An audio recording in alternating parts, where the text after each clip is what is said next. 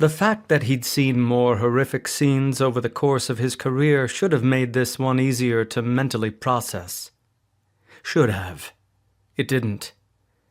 Special Agent Stephen Thatcher loosened his tie, but it didn't do a thing to help the flow of air to his lungs.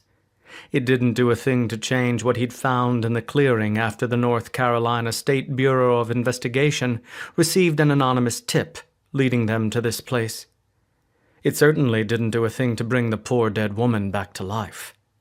So, Stephen centered the knot of his tie right over the lump in his throat.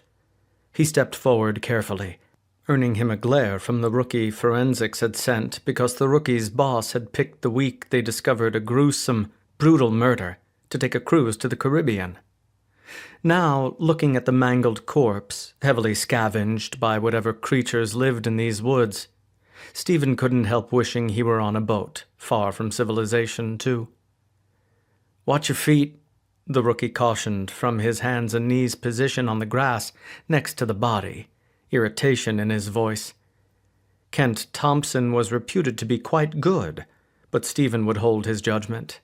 However, the fact Kent hadn't thrown up yet was a stroke in his favor. "Thank you for the lesson in crime scene investigation," Stephen replied dryly, and Kent's cheeks went redder than chili peppers. Kent sat back on his heels and looked away. "I'm sorry," he said quietly. "I'm frustrated. I've checked this entire area 3 times. Whoever left her here didn't leave anything else behind." "Maybe the ME will find something on the body," Stephen said. Kent sighed. "What's left of it?" He looked back at the corpse, clinical detachment on his face. But Stephen also noted the flicker of controlled compassion in the young man's eyes, and was satisfied. Kent would do his job, but still remember the victim. Another stroke in the newbie's favor. "Sorry, Stephen," said a ragged voice behind him, and Stephen turned to find Agent Harry Grimes taking labored breaths as he slipped a handkerchief in his pocket. Harry's face was pale, although the green tinge had passed along with the Egg McMuffin Harry had downed on his way to the scene. New to the SBI, Harry had been assigned to Stephen for training. Harry showed a lot of promise, except for his very weak stomach.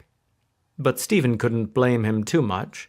He might have lost his own breakfast had he taken the time to eat any.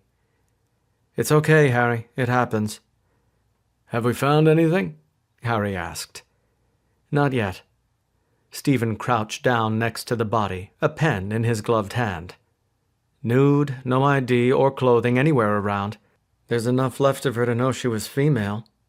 "Adolescent female," Kent added, and Stephen's head shot up. "What?"